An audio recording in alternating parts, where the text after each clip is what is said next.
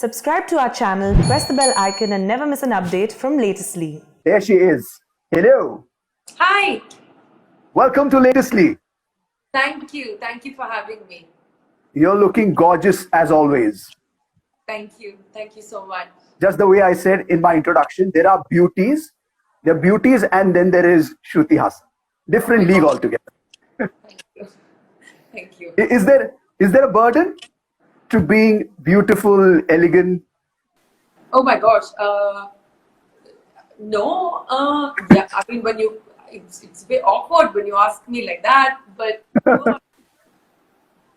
next नहीं. question. बड़े आराम से. Yes, today we are here to talk about your film Yara, which will be streaming on Z5. The trailer, Shruti, looks 30th of July. absolutely. So mark that date, guys, on your calendar. And so many people join us. If you have any question for Shruti, please shoot. So yes, I mean, it is looking absolutely gorgeous. The trailer is looking stunning. Those ear-splitting, background scores and the gunshots, very trademark. This is the motive of Tigmanshu Dhulia film, isn't it? I think that really, for me, I really liked the first trailer myself, if I was just looking at it as an audience, because it had no dialogues. It just drew you in with the visuals and the score alone, which was very interesting. And I think really the trademark of Tigmanshu Sir's films is he's very rooted, even with all this fantastical action and music, there's something very real and rooted about his stories. Yes. Yeah. And of course, this huge platform, Z5, which goes to so many countries. OTT platform has this liberty that so many people can watch according to their, time luxury, whenever they can afford it to watch. What do you have to say about this platform, Shruti, especially given the time we are breathing in? Yeah, exactly. Especially given the time, right? Because everyone's at home, and I think that so this is a film that we shot a while ago. So I kind of had given up on people being able to watch it, and I was like, well, that was a lovely film, and I hope someday that people get to watch it. So I'm so happy that it's on a platform that people can watch it through Z5 and sit at home, the comfort and most importantly the safety of their home, and still enjoy, And I am really happy to be one of the actors who has a release in a pandemic. So I'll always remember that. What is the USP of this? We know Tigmanshu Dhulia, as you said, for his rooted content. But for this particular film, was anything different in terms of texture, in terms of storytelling, in terms of treatment? For me, I think that the beautiful thing about this is, like I said, he goes to intensity very easily and gracefully almost, True. You don't feel like he's like in it, but he takes you there. That quality is there, but I think in this film there's a lot of emphasis on the camaraderie between the boys, the friendship, that bond, that brotherhood, so to speak. Yes. As well as cyclical patterns in life, how relationships kind of move in circles. Yeah. Yeah, and I was about to come to that only. There are 4 friends, their stories, their bonding, चौकड़ी जैसे कि बोला जा रहा है film के trailer में. What are you doing with these men? I mean, these are handsome men, especially Vidyut and Amit. And then there is this beauty quotient which is lent by you. So tell us about your character. More than just that, but the thing is that I think that Sukanya, my character, is an extremely important catalyst and a pivot really in the story. It's kind of like Yoko Ono and the Beatles, So she comes in, she comes in and stuff starts happening. Yeah. What exactly went into preparation for this one, for this character? Given the intensity that you were mentioning about Tigmanshu Dhulia, the director, and the kind of subject he touches upon and the kind of films he makes. I have this lovely memory. There's one, when people see the film, they'll know which scene I'm talking about. There's one scene which is it's not obviously intense, it's riveting emotionally. And I remember the way even he directed me, it was very paternal, it was like a dad almost. And he guides you to places of intensity with a lot of love for the character and consideration for the actor, which I really enjoyed working with him on that. in terms of this character, Sukanya, she has so many like arcs that happen in terms of how she starts. Is she's a, you know, when I was researching this role, is when a woman of the 70s into early 80s, they were very different to the women we have today. They had more gumption and they had more to say, I feel like, because the country was changing at the time as well. They had the influence of Woodstock and liberal speech and free love, and all of that was starting to seep in, as well as ideas of socialism and political views changing. And so it was a very interesting woman to play, because she's opinionated, she's intelligent, but she's also just like a woman who's ready to love and do things for love. And that was really amazing, you know, that balance. As well as the most interesting part of the film was playing her when she's older. And I've played younger, I've played different people, but I've not played different people in a time that I've never experienced at all. Like, it's hard to imagine what it would be like. So that was really helpful for me to talk to my dad, and I don't think I'd ever called him ever before that. Maybe D-Day for the scar, I called him to help me with that. And in this, I was like, I needed advice on the prosthetics and how we can do the makeup. And No. Hang on. Here's an interesting story. D-Day and that film, for a scar, you had to call him. Tell us about that story. They had a prosthetics team and they did it, but I'm kind of a control freak, I think. So I was like, no, I want it to be tight and I wanted the skin to like pull, like when you're scarred. Yeah. So I was on FaceTime with him and he helped me get that pull and get that look, you know, which then became the famous scar.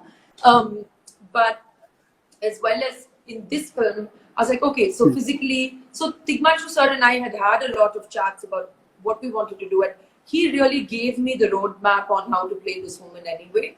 But I personally wanted some more clarity. So when I spoke to Dad, it was really helpful, because he said, why don't you take a picture of your mum and me, you know, at the age that you're talking about?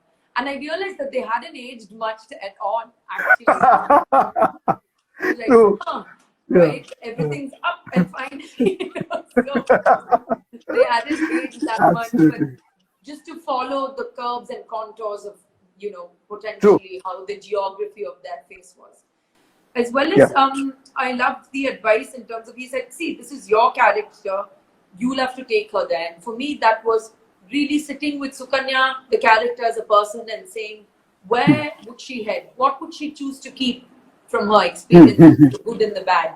What would she choose to let go of? What does she need to stay ahead and strong? What does she need to soften? So this was a discussion with myself, which was interesting. But when it came to physicality, we all kind of tend to overplay. Like, you know, when people have to play drunk, then they're like, really? You know, it becomes a caricature. It's like when people, you know, when somebody tries to play a transvestite character or transgender character, they kind of overplay it, right? So I was like, I don't want to like do that to this character. But my dad had great advice. He said, look at the parts of your body right now, since you don't have a reference of Sukanya's body, of the parts that feel weak now, and use that as a small trigger. And I thought, oh my God, it was so helpful. So really, it was so exciting to play her older. As well as in the dubbing, Tigmanshu sir's advice on how to, because I'm a vocalist and I love playing with voice. So his advice on how he crafted like, nahi Shruti, thoda aur, nahi, thoda ye, nahi, thoda kam, you know, and that little voice we got to was really exciting as well. Absolutely. And it shows in the trailer. There's this frame which you share with Vidyut, of course. And I was having a word with Vidyut last evening, and he was talking about exactly the same frame. I mean, here you are, your younger selves, and then going into your 50s, the body and the physicality can show. But in terms of Therav, in terms of that sadgi which comes with age, that was unmissable. Yeah, even though, and as you said, voicing was an easier part for you, right? Dubbing part, because you are a voice artist yourself. I love dubbing. Actually, that's my first introduction. Well, I sang first, but I was a kid. But I was dubbing for Dad's movies, for any kids in the movies for years. So I'm really, like, I really enjoy dubbing. It's like a game to me, like catching the sync, getting it right, mastering what you missed out Wow. on set. Ooh. So for me, dubbing is like my zone. So like Shruti, most recently, most I had actors most actors dread that. They are scared of love that it. part, and you are, as opposed to them. I mean, you love dubbing. Wow. I love dubbing, and like for me, the biggest challenge in dubbing was dubbing Frozen 2 in Tamil, because you're matching an animated face speaking in English and trying to catch the sync in another language. And I was like, Yeah. yes, this is going to be so hard. I'm so excited. Yeah, I love dubbing. True. Yeah. Shruti, in that case, when you move from say a South film down south to a Hindi film, and as you say for say English dialogue in a very English kind of film, how do you then make switch so that your MTI does not show? The mother tongue influence is absolutely nullified, and you sound so authentic in Tamil, Telugu, and Hindi as well as in English. What goes into that preparation? Well, when I speak normally, I've been accused many times of having a very weird accent. And I think it's because from childhood, I love imitating people, like imitating the American accent, imitating the Bengali accent, imitating this accent. You know, it's like accents are like magical to me, honestly. And language is like really exciting to me. And that kind of translates into this as well. So when I'm speaking in person, I'm aware that I have a weird mix of like South Indian as well as my travels abroad, and like, you know, because they don't understand the way we speak, so you kind of like soften your T's and roll your R's, Absolutely. you know. So that kind of like stays as well. But when I'm dubbing as a character, it's like a very permanent erasing of it, you know, like I mean temporary erasing of it, and Yeah. I really enjoy that process. Whereas when I was shooting Treadstone, it was live sound, and I was supposed to have an Indian accent because she is Indian, so that was convenient. But yeah, I've done a lot of diction work in the UK as well, like to learn different accents and dialects in English as well. So I really, really enjoy it. Yeah. Yes, rolling your R correctly. So the film Yara is all about friendship, Yara. Shruti. Yara. So what is your idea of friendship? And please let me know, do you have friends in the industry? Because this debate is now raging, given the times we are living in, that film industry could be an isolated place and you may not have two friends in the industry. Do you support that statement? What is your take on it? So first of all, the first part of your question, friendship in my life has been probably the most important piece of the puzzle, and that is my life. You know, family that you're born into is your destiny, but like is your fate almost. But like the friends you choose is a choice that is very conscious and like determines a lot of things. Your friends can make or break you, your partner, and you know, there's that old saying of like how many hours you are the cumulative sum of the number of hours you spend with the kind of person that you're with. Could be your husband, your wife, your friends, whatever. So I've placed a lot of emphasis on that, and my friends are incredible. I have friends from school, friends from music school, friends afterwards that I've made. I'm friends in the business. I'm not close to everybody in the business, but I have made friends because of the business that I really value as well. So I don't think it's impossible. But the world is competitive, and competitive behavior leads to isolation in any profession. And I've kind of had this whole He-Man Master of the Universe in my own head since I was a kid. So I have the power. I do. I was really like that. I still like that in my head. Because I do believe that, you know, me and my battle cat Clara, you know, so I do feel like eventually the world and your journey through it is isolating. I feel that the kind of camaraderie I felt with musicians does not exist in the movie business, because like for example, if you're a band playing, if one person messes up, the whole structure kind of falls. Yes. So you're not going to take a big dump on the whole agenda, you know. But in cinema, there's so many moving parts that it's easy for people to isolate into their own little chambers.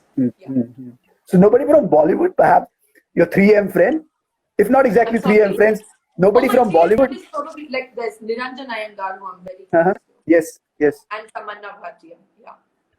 Wow, wow. And of course, we are talking about camaraderie and friendship. That is going to unfold in Yara. We are going to watch more of that.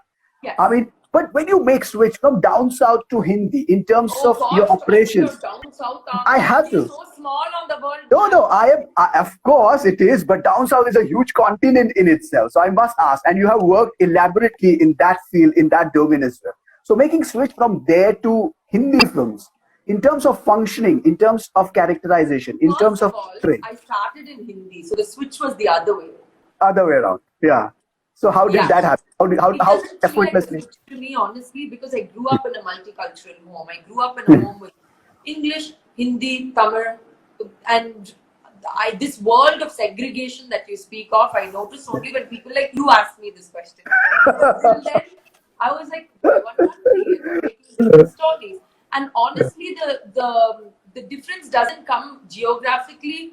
It depends on who's in charge of that unit or that set, and the vibe, it filters top to bottom, as they always say in any organization or corporation. True. Or industry. It is that standard that's set from the top, really. So it depends on the producer, director, whoever's in charge, that sets the mood and the vibe and the general atmosphere of the experience of the film.